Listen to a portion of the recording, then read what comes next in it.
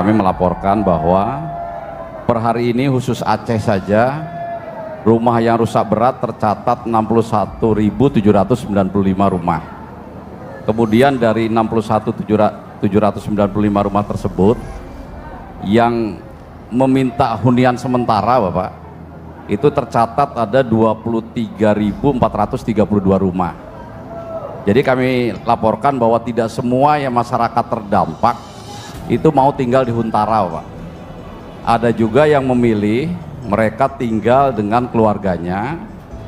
Tercatat di kami ada 11.414 orang. 2 hari yang lalu sudah kami salurkan dananya Bapak. Per kepala keluarga mendapat anggaran per bulan 600.000 kali 3 bulan Bapak, Desember, Januari, Februari sudah tersalur sebesar 11.414 orang. Jadi jumlah yang sudah disalurkan 20.545.200.000 orang.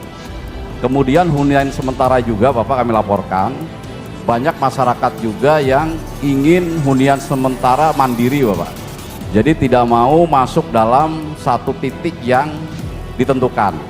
Ini pun kami layani Bapak. Jadi di titik-titik yang masyarakatnya terdampak rumahnya rusak berat, kemudian tidak mau masuk ke titik yang terpusat, itu dibangun secara terpisah-pisah Bapak. Ini sudah mulai dibangun.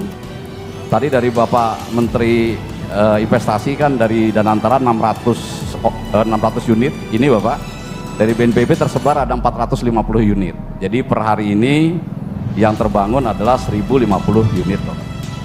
Kemudian dalam kesempatan ini juga kami ingin melaporkan Bapak bahwa semua kebutuhan satuan operasi saat tanggap darurat ini kami dukung Bapak. Memang sesuai dengan permintaan belum sepenuhnya Bapak.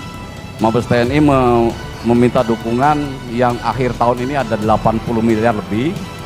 Kami baru dukung 26 miliar, bukan uangnya tidak ada Bapak. Karena pertanggungjawaban keuangan di tanggal 31 kan harus selesai Bapak. Nanti dimulai lagi di tanggal 1 ini Bapak. Jadi tidak ada masalah untuk segi keuangan. Dan para prajurit di lapangan mendapat uang makan dan uang lelah Bapak, uang saku. Per orang Rp165.000.